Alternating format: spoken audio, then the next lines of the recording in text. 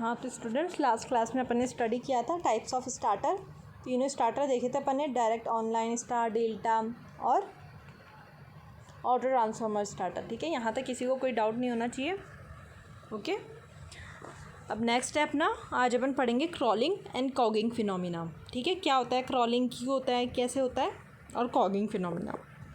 तो देखो, क्रॉलिंग आपको नाम से ही समझ आ रहा है। क्रॉलिंग क्या होता है, क्रॉलिंग मतलब क्या होता है, जैसे बच्चे जब चलना भी स्टार्ट करते हैं तो अपन बोलते हैं ना क्रॉलिंग कर रहा है। ये क्रॉलिंग करना मतलब होता है बहुत धीरे स्पीड से कसकना, मतलब रेंगना जिसको बोलता है बेसिकली हिंदी में। तो क्रॉलिंग मीन्स होता है बहुत धीरे स्पीड से कसकना या रेंगना। तो क्रॉलिंग ऑफ इंडक्शन मोटर मतलब क्या है कि कभी कभी ऐसी सिचुएशन आ जाती है जब आपकी इंडक्शन मोटर, आपकी जो फुल स्पीड है, सपोज़ 1500 उसकी रेटेड स्पीड है, तो उस पर वो ऑपरेट नहीं होकर वो बहुत लो स्पीड पे, सपोज़ 200-300 आरपीएम पे वो रोटेट होती रहती है। तो इतनी लो स्पीड पे जब वो रोटेट होती है तो अपन उसको बोलते हैं this is a phenomena called crawling of induction motor. ये क्रॉलिंग हो रही है। अब ये क्यों होती है, कैसे होती है, क्या होता है इसमें, ये सब अभी अपन देखते हैं क्या होता है। तो देखो, क्रॉलिंग क्या होती है, सबसे पहले मैं आपको मेनली समझा देती हूँ।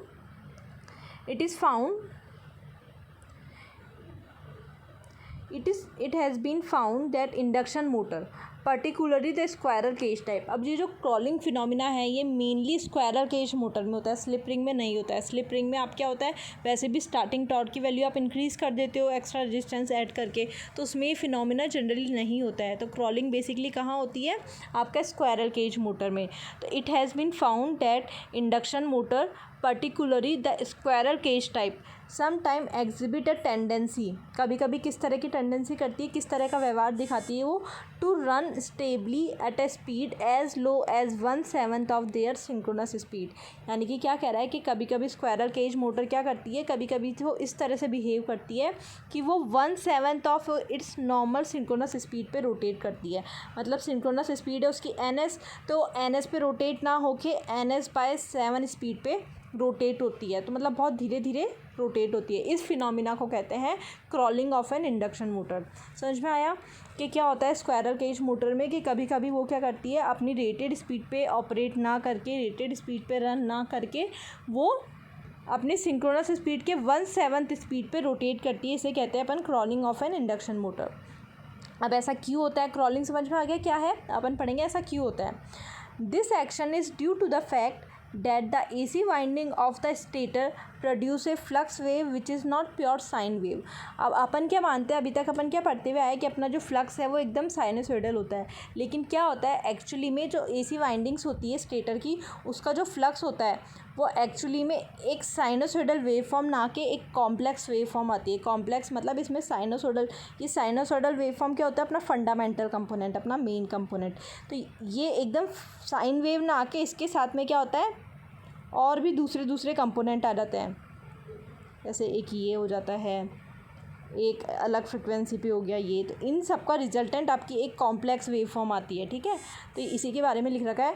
This action is due to the fact that AC winding of the stator produce a flux which is not a pure sine wave. Pure sine wave नहीं होता, it is a complex wave consisting of a fundamental wave which revolve synchronously and odd harmonic like this which revolve either in forward or backward direction at this speed।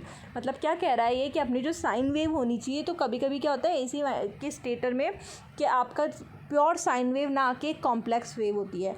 Complex wave में क्या होता है, fundamental होता है और उसके अलावा odd harmonics होता है। जैसे फंडामेंटल आ गया आपका, फंडामेंटल हार्मोनिक्स होते हैं, और ऑड हार्मोनिक 3, 5, 7, 9, 11 ये सारे हार्मोनिक्स होते हैं। जो फंडामेंटल है वो NS स्पीड से रोटेट करता है, जो थर्ड हार्मोनिक है वो NS/3 से रोटेट होता है, जो फिफ्थ है वो NS/5 से होगा, 7th NS/7 से होगा, ऐसे ही 9 NS/9 से होगा।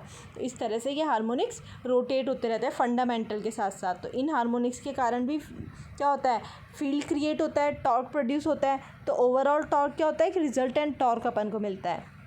ठीक है, अब क्या कह रहा है ये, since third harmonic current are absent in a balanced three-phase system, they produce no rotating field and therefore no torque।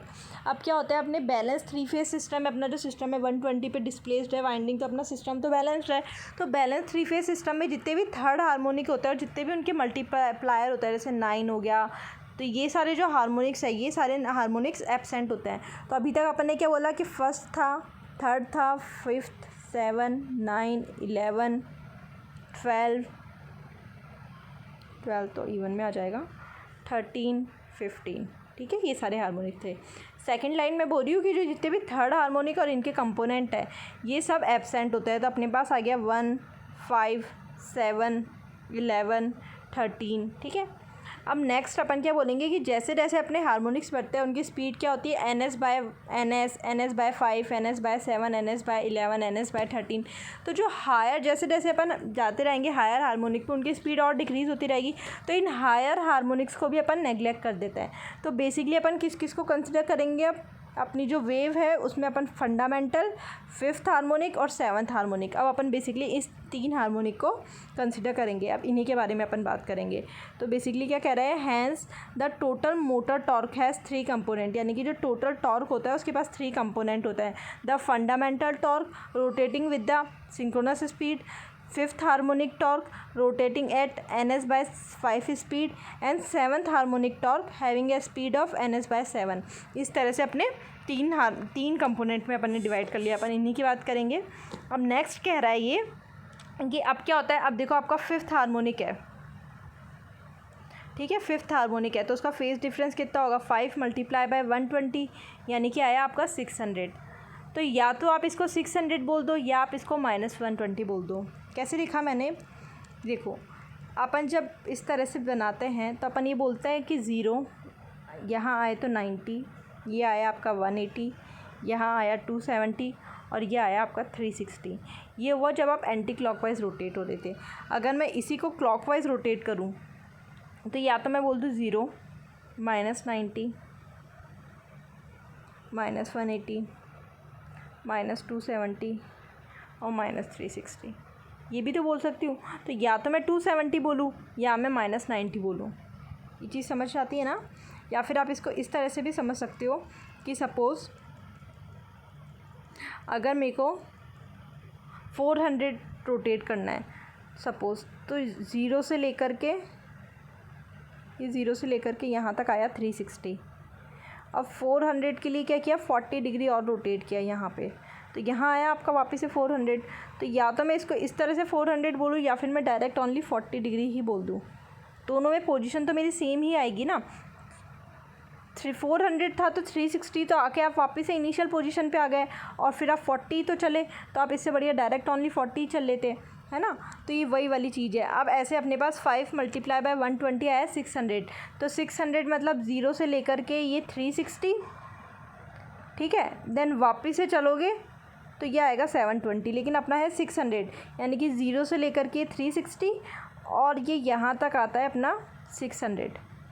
तो या तो आप ऐसे 600 बोल दो डबल चक्कर में, या फिर आप यहाँ से आओगे तो ये इस वाली डायरेक्शन में डायरेक्ट -120 बोल दो, ठीक है।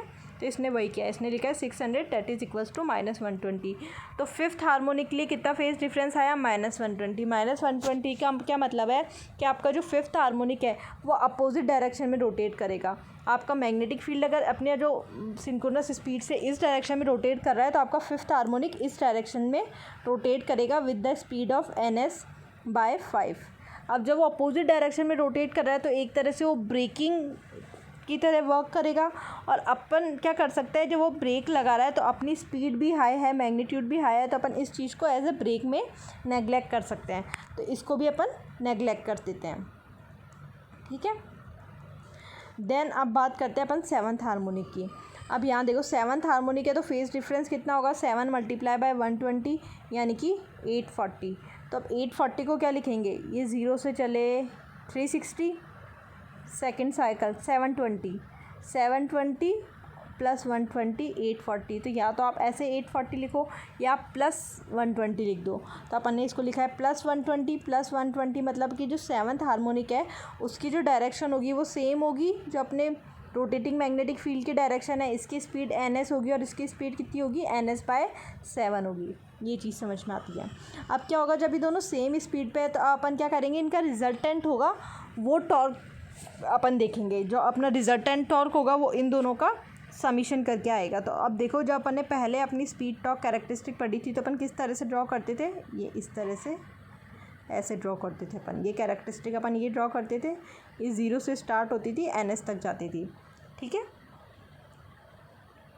यहाँ पे 0 से स्टार्ट होके ये अपनी NS तक जाती थी अपनी, है ना।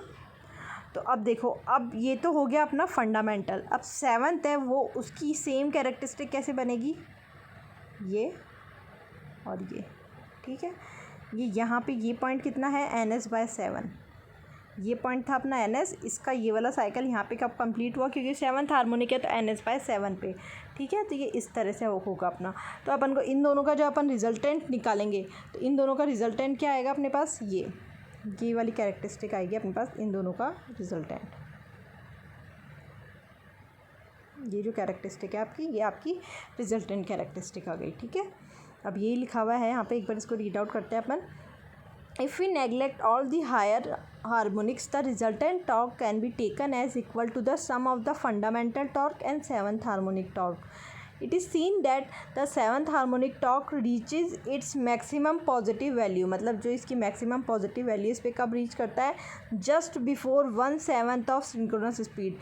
1/7 of synchronous speed इसकी इस पॉइंट पे आ रही है, तो उससे जस्ट पहले यानी कि यहाँ पे इस पॉइंट पे क्या करता है वो, अपनी मैक्सिमम पोजीशन को रीच करता है, beyond which it become negative. अब इसके बाद में क्या होता है, ये डिक्रीज़ होता है और ये नेगेटिव होना स्टार्ट कर देता है, ठीक है। यहाँ से ये नेगेटिव होना स्टार्ट कर देता है।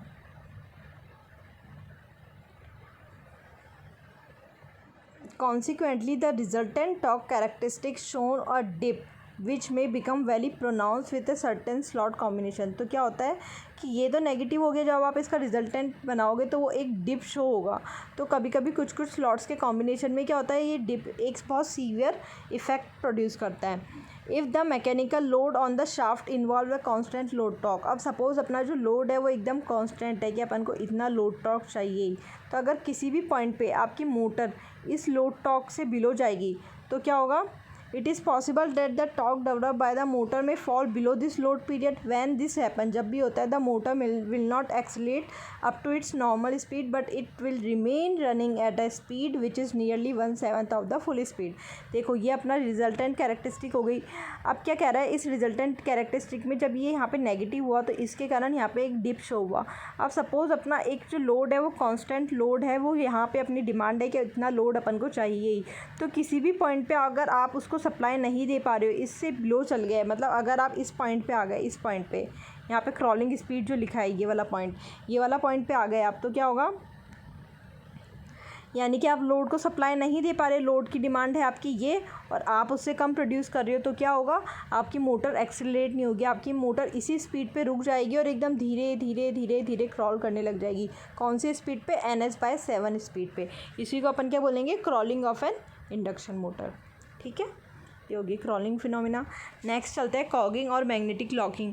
कॉगिंग और मैग्नेटिक लॉकिंग भी मेनली किस में होता है, स्क्वायरल केज मोटर में होता है। अब देखो इसमें क्या होता है, बेसिकली मैं आपको बता देती हूँ, जो स्लॉट्स है, जैसे कि स्टेटर के जो स्लॉट्स हैं और जो आपके रोटर के स्लॉट्स होते हैं, वो एक दूसरे में कभी कभी क्या होता है, कुछ कॉम्बिनेशन ऐसा होता है कि आपके स्टेटर के स्लॉट्स और रोटर के स्लॉट्स एक दूसरे में लॉक हो जाता है, एक दूसरे को लॉक कर लेता है, तो वो मोटर आपकी मूव नहीं कर पाती है।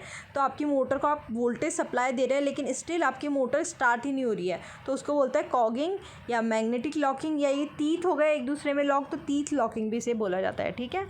तो the rotor of a squirrel cage motor motor sometimes refuse to start at all, particular when voltage is low। तो कभी कभी जब अपन लो वोल्टेज देते हैं तो आपकी मोटर स्टार्ट ही नहीं होती है।